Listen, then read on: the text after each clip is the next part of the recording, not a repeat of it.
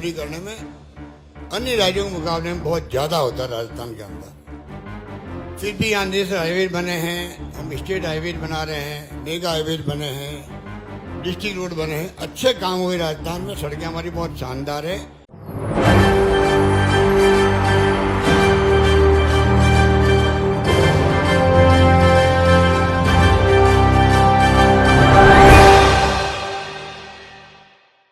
नमस्कार, SPN 9 news देख रहे हैं आप। आपके साथ मैं हूं मानसी जायसवाल। राजस्थान में 5 महीने में विधानसभा चुनाव होने, यानी कि इस साल के अंत में विधानसभा चुनाव होंगे। ऐसे में तमाम पार्टियों ने जोरों शोरों से तैयारियां करनी शुरू कर दी है। भारतीय जनता पार्टी और कांग्रेस पार्टी की तरफ से सीधे तौर पर लड़ाई देखने को मिल रही है। कहा जा रहा है कि जल्द ही जो है अब इस पूरे मामले पर प्रतिक्रियाएं भी सामने आनी शुरू हो जाएंगी, क्योंकि राजस्थान के चुनाव को लेकर के इस वक्त कांग्रेस और बीजेपी की लड़ाई साफ तौर पर देखी जा सकती है। कांग्रेस ये दावा कर रही है कि इस बार कांग्रेस की सरकार ही दोबारा रिपीट होने वाली है। वहीं भारतीय जनता पार्टी भी ये दावा ठोक रही है कि उनकी सरकार राजस्थान में आने वाली है। लेकिन इन सभी बयानबाजों के बीच में आपको बता दें कि किस तरीके से अशोक गहलोत और पीएम नरेंद्र मोदी की दोस्ती की चर्चाएं चल रही है। हमें याद होना चाहिए कि प्रधानमंत्री नरेंद्र मोदी अशोक गहलोत को लेकर के लगातार बयानबाजी करते रहते हैं। उन्होंने कहीं ना कहीं अपने बयान से ये साफ दर्शाया है कि अशोक गहलोत के साथ उनकी किस कदर दोस्ती है। ऐसे में कहा जा रहा है कि कहीं ना कहीं अशोक गहलोत के साथ जो दोस्ती है पीएम नरेंद्र मोदी की, वो राजस्थान चुनाव में भारतीय जनता पार्टी को बड़ा फायदा पहुंचा सकती है। कहा जा रहा है कि कहीं ना कहीं अशोक गहलोत को अपने खेमे में करने के लिए प्रधानमंत्री नरेंद्र मोदी ऐसी बयानबाजी कर रहे हैं। लेकिन आपको बता दें, सचिन पायलट और अशोक गहलोत की बीच में जिस तरह की कला देखने को मिल रही है, उस पर भी पीएम नरेंद्र मोदी का बयान सामने आया था। लेकिन इस पूरे मामले में अब अशोक गहलोत का बयान भी सामने आया है। दरअसल राजस्थान दौरे पर प्रधानमंत्री नरेंद्र मोदी पहुंचे थे। ऐसे में अशोक गहलोत ने मंच से सीधे तौर पर पीएम नरेंद्र मोदी के बारे में काफी बातें कही। उन्होंने उनकी उपलब्धियां भी गिनाते हुए कई सारी बातें कही और उनकी तारीफ भी की। क्या कुछ उन्होंने कहा है, सुनिए। मैं सबसे पहले अपनी ओर से, आप सबकी ओर से, प्रदेशवासियों की ओर से प्रधानमंत्री मोदी जी का हार्दिक स्वागत करता हूं। मुझे खुशी है कि वे आज करीब 4 लोकार्पण नेशनल हाईवेज के और 3 का शिलान्यास रेलवे के प्रोजेक्ट का करने के लिए हमारे पीछे मौजूद हैं। हम सब जानते हैं कि राजस्थान जब से मध्य प्रदेश से छत्तीसगढ़ अलग हुआ है, उसके बाद में राजस्थान देश का सबसे बड़ा राज्य है। भूभाग की दृष्टि से यहाँ पर कई तो गांव नाम के रह गए, ढाणियों में लोग बसे हुए हैं पूरे प्रदेश के अंदर। एक गांव से दूसरे गांव की दूरियां बहुत लंबी है।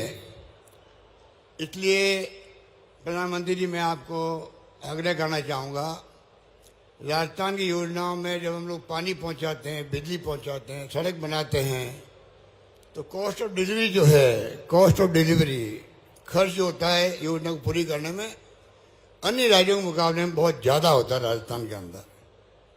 फिर भी यहाँ नेशनल हाईवे बने हैं, हम स्टेट हाईवे बना रहे हैं, मेगा हाईवे बने हैं, डिस्ट्रिक्ट रोड बने हैं, अच्छे काम हुए राजस्थान में। सड़कें हमारी बहुत शानदार है। पहले हम गुजरात से मुकाबला करते थे तो लगता था कि हम बहुत पीछे हैं। अब मैं समझता हूँ पीछे नहीं हैं, काफ़ी आगे बढ़ चुके हैं। इसी प्रकार रेलवे का मामला है। यूनिगेट पॉलिसी जब से बनी, मैं खुद पार्लियामेंट मेंबर था, केंद्रीय मंत्री था, तब से मैं देख रहा हूँ राजस्थान देश में सबसे पीछे था, राजस्थान कर्नाटका।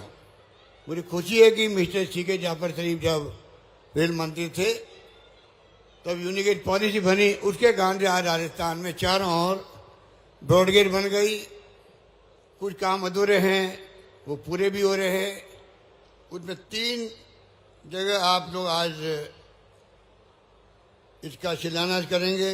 मैं समझता हूं कि इस रूप में और ज़्यादा हमारे यहाँ रेलवे का विकास होगा और ज़्यादा आर्थिक रूप से हम लोग सक्षम होंगे। मुझे कहते हुए गर्व है कि जो हमारा सुशासन चल रहा है राजस्थान के अंदर, उसके कारण से राजस्थान देश में नंबर 2 पे आया है आर्थिक विकास को लेकर के। नंबर 1 आंध्र प्रदेश 11.4%, राजस्थान 11.04%। इस बात का मुझे गर्व है और मैं आपसे निवेदन करूंगा कि बाकी जो हमारे कुछ, क्योंकि अभी मैं नहीं चाहूँगा कि मैं लंबी चौड़ी आपको मांगे रखूँ, मैं आपको पत्र लिखता रहता हूँ और भी लिखूँगा आपको जो हमारी पेंडिंग काम है। तो विशेष तौर से जो हमारे जिला हेडक्वार्टर हमारे हैं, करौली है, सरमत्रा, करौली, गंगापुर, सैंक्शन है, ये काम रुक गया है। एक रतलाम से डूंगरपुर वाया बांसवाड़ा, जहाँ हम बैठे मेवाड़ के अंदर, उसी का पोर्शन है आदिवासी। आप तो भी पधारे थे वहाँ पर मानगढ़ पहाड़ी पे, तभी मैंने मांग करी थी कि रतलाम से Dungarpur via Banswara rail line बननी चाहिए। वो हमने पिछली बार तो 250 करोड़ दे ही दिए थे हम लोगों ने, काम आगे बढ़ गया था, पर कुछ कारण से वापस बंद हो गया। इसी प्रकार नशीराबाद से टोंक, माधोपुर, टोंक जिला भी हमारा जिला वहाँ नहीं है। एक memo coach factory doctor CP Joshi थे रेल मंत्री, तो भीलवाड़ा में हमने शिलान्यास करवा दिया, वो काम भी रुक गया। 3-4 काम की मैं बात अभी करूँगा, बाकी मैं आपको लिख के भेजूँगा। उसी प्रकार से राष्ट्रीय नेशनल हाईवे जो है, वैसे तो मांगे बढ़ती जाती है, पर 50 नेशनल हाईवेज को, स्टेट हाईवेज को आपने कन्वर्ट करने की घोषणा कर रखी है। खाली गजट नोटिफिकेशन होना बाकी उसका है। मैं चाहूँगा आप यहाँ पधारे हो तो आपकी उपस्थिति का लाभ लेते हुए मैं आपसे मांग करूँ कि आप नेशनल हाईवेज को कन्वर्ट करने के लिए आप जो घोषणा हो चुकी है, इन प्रिंसिपल गजट नोटिफिकेशन होगा तो आने वाले वक्त में और राजस्थान में नेशनल हाईवेज के काम होंगे। और मैं समझता हूँ कि रोड्स और कम्युनिकेशन, शिक्षा, स्वास्थ्य, ये सभी इम्पोर्टेंस रखती है गुड गवर्नेंस के अंदर। प्रधानमंत्री जी, इसके अलावा मैं ERCB की बात बार बार आपसे करता रहता हूँ। आपने कुछ कहा भी था दोसा के अंदर, मैं चाहूँगा कि इसको आप एग्जामिन करवाएं, सेंट्रल गवर्नमेंट मध्यस्थता करे। कोई दिक्कत आ रही हो तो मध्य प्रदेश के साथ में तो 13 जिले की योजना है। आपने जिक्र किया था 2 बार पिछले चुनाव में, जयपुर और टोंक के अंदर, जयपुर अजमेर के अंदर। मैं चाहूँगा कि उसी भावना के साथ में आप इसको आगे बढ़ाएं। पीने के पानी के संकट जब होता है गाँव के अंदर, आप कल्पना कर सकते हैं क्या स्थिति बनती है। कोई जमाना था राजस्थान भर में बहुत सूखा पड़ते थे। अब जल जीवन मिशन जो केंद्र सरकार की योजना है, आधी भागीदारी राजस्थान सरकार की है, वो हम काम आगे बढ़ा रहे हैं। हम चाहेंगे धीरे धीरे कम से कम पीने का पानी लोगों को मिले, उसमें मैं समझता हूँ कि आपकी भूमिका बहुत बड़ी होगी। प्रधानमंत्री जी, 2-3 बातों में कह के अपनी बात समाप्त करूँगा। एक तो हमने नवाचार तो कई किए हैं, उसका मैं जिक्र नहीं करना चाहूँगा, मैं आपको पत्र लिखूँगा। तो राइट टू हेल्थ एक हमने कानून पास किया है, 25 लाख का हमने इंश्योरेंस किया है आम लोगों के लिए। बहुत शानदार उसका रेस्पॉन्स मिल रहा है। एक तो डॉक्टर मनमोहन सिंह जी, सोनिया गांधी जी के वक्त में यूपीए गवर्नमेंट थी, तब 4 कानून पास हुए थे, RTI, RTE एजुकेशन का, नरेगा का, और साथ में फूड सिक्योरिटी का, 2 रुपये किलो गेहूँ, 3 रुपये किलो चावल। उसका बड़ा असर है देश के अंदर। मैं चाहूँगा आप एक कानून, 2 कानून, एक तो राइट टू सोशल सिक्योरिटी, पूरे गरीबों को, मजदूरों को, बुढ़ापे के अंदर बहुत तकलीफ होती है। दुनिया भर में आप घूमते हैं, आपका बहुत अनुभव है।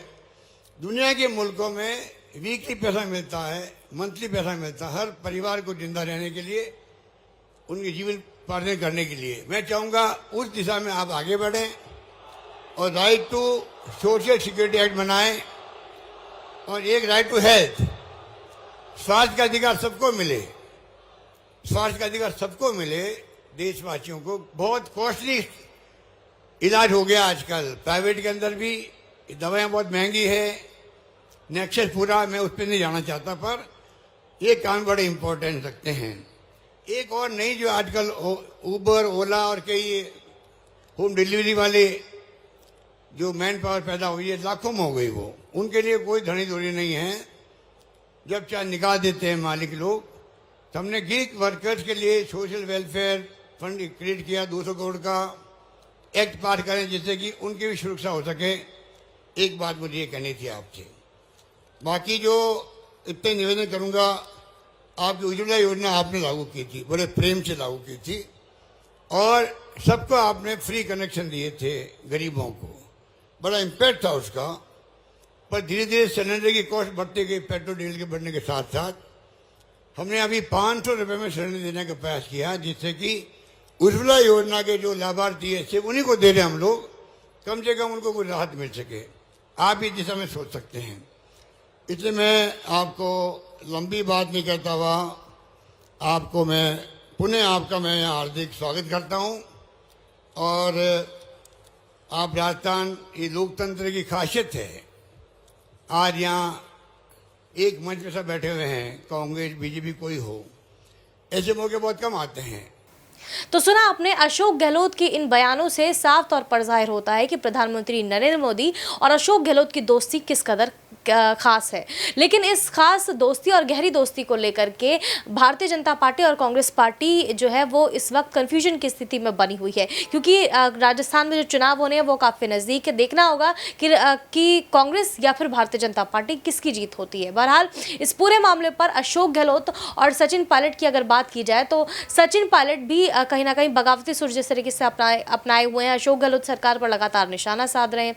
उनका कहना है कि अगर उनको सीएम नहीं बनाया जाता है, नेतृत्व नहीं बदला जाता, यानी अशोक गहलोत की सरकार जो है वो, इसके अलावा सचिन पायलट को अगर सीएम पद की दावेदारी पेश करने का मौका नहीं मिलता है तो इस बार बड़ा कदम सचिन पायलट उठा सकते हैं। बहरहाल इस पूरे मामले पर आपकी क्या कुछ राय है, हमें कमेंट करके जरूर बताएं। देश और दुनिया की तमाम बड़ी खबरों के लिए देखते रहिए SPN9 न्यूज़।